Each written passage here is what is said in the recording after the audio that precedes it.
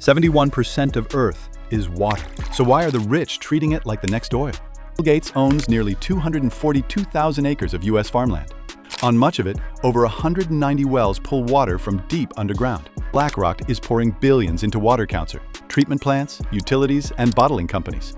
Clean water still flows, but soon it might be a luxury, and the powerful are quietly locking up what's left. Water used to be a public right, but now it's being bought, stored, even traded just like oil. When something is essential, rare, and profitable, it never stays free for long. Oil once shaped nations and fueled empires, but its grip is loosening. Climate policies are tightening, renewables are on the rise, and investors are looking for the next essential asset. Could water become the new source of global power? And unlike oil, water has no substitute. Wall Street began trading water futures in 2008. That means people are betting on the price of water, just like they do with oil, corn, or gold. And those bets are growing. In 2024, nearly a third of investors put over $500 million into water, while 15% invested more than $1 billion. Most say they're expecting to increase spending through 2025. Hedge funds, private equity firms, and pension giants are all buying into water. Pipes, reservoirs, irrigation systems, things that used to be run by cities and governments, are now private assets. And the more these systems are owned by investors, the less control the public has. Water stops being a shared resource and becomes a product. How do you negotiate for something you can't live without? But this isn't just about stocks. It's about who owns the sources. The rivers, the lakes, the groundwater beneath your feet. There's a water bank in California that holds enough to supply Los Angeles for a year. It's called the Kern Water Bank, and most people have never even heard of it. It was built with public money, but in the 1990s, it was quietly handed over to private companies. Today, over half of it is owned by just one family, Stuart and Linda Resnick. You may not know their names, but you may know their brands. Wonderful Pistachios, Fiji Water, POM. Through a company they control, they own 57% of the water bank. The Kern Water Bank can store around 500 billion gallons of water. That's 115 million acre-feet, enough to supply millions of people. But who decides who gets access, and at what cost? So why is it in private hands? In 1994, behind closed doors, water contractors and state officials changed California's water rules. What came out of those meetings, called the Monterey Amendments, allowed public water to be privatized. The public wasn't told. There was no vote.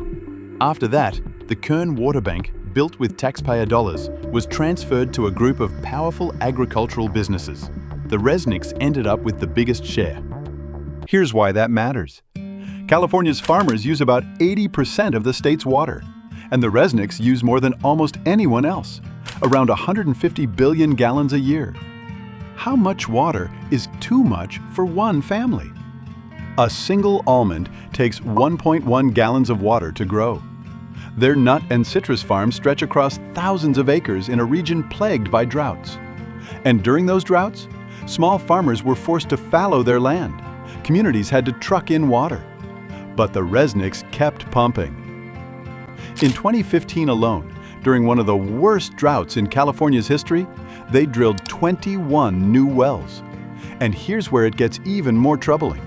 The water stored in the Kern Water Bank can be sold, often back to cities that once paid to build it. Imagine that, public water stored underground being sold for private profit. And there's no law stopping it. In fact, thanks to the Monterey Amendments, it's perfectly legal. So what happens when billionaires own the wells, the land, and the water underneath? They decide where it flows and who can afford it. But it's not just California. This model is spreading. Around the world, private companies are buying up water rights, aquifers, and utilities. In South Africa, during Cape Town's Day Zero crisis, the rich kept their gardens green while poor neighborhoods went dry. In Chile, rivers are divided into shares. Water can be owned, traded, and hoarded. Some towns rely on truck deliveries while water-rich farms flourish nearby. In Australia, water markets have turned basic access into a financial game. During the Millennium Drought, some farmers couldn't afford water they once had rights to, while investors profited. But let's take a step back.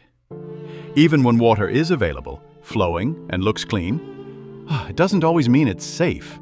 Across the US, over 9 million lead service lines are still in use. In cities like Flint and Newark, entire communities drank from poisoned pipes for years before anyone acted.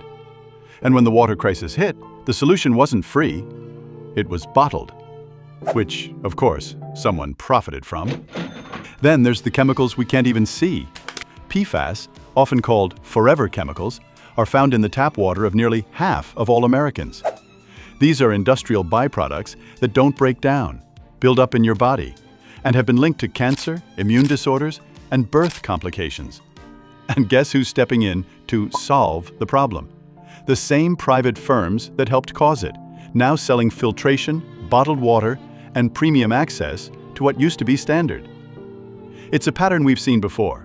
Pollute, privatize, profit.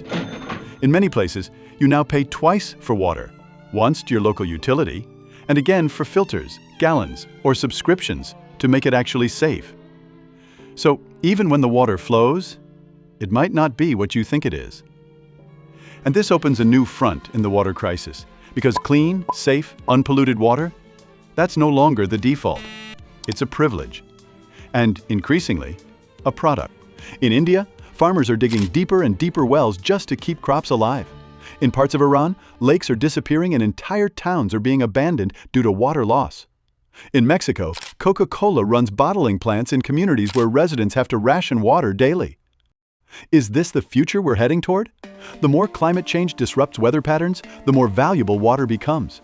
And the more valuable it becomes, the more investors treat it like a commodity. But water isn't oil. You can live without fuel. You can't live without water. And here's the part no one talks about. The system is built on promises that can't be kept. In California, more water is promised on paper than actually exists. It's called paper water. Contracts are written that guarantee water to cities, farmers, and industries, even when the reservoirs run dry. Some estimates say California has promised 5 times more water than it can deliver in a dry year. So when drought hits and there's not enough water to go around, who do you think gets theirs first? The ones with contracts, with wells, with influence. The rest? They wait. They pay more, or they go without. The future isn't about running out of water. It's about who controls the last clean sources and what they'll charge when they decide to sell it. Already, companies are using satellites and AI to map underground aquifers to find the next place to drill, the next well to buy, the next reserve to lock away. Some firms are even testing predictive models, using climate forecasts to invest in drought zones before they hit. Is water scarcity becoming an opportunity for those who can afford to bet on it? What happens when scarcity itself becomes a business strategy? Meanwhile, cities are rationing, rivers are shrinking, and half the world's population experiences water scarcity at least 1 month every year. This isn't a conspiracy theory, it's a business model. So here's the final question. When the last drop doesn't run out but gets sold, who will be able to afford it? Because water isn't running out, it's being bought, and that should terrify all of us.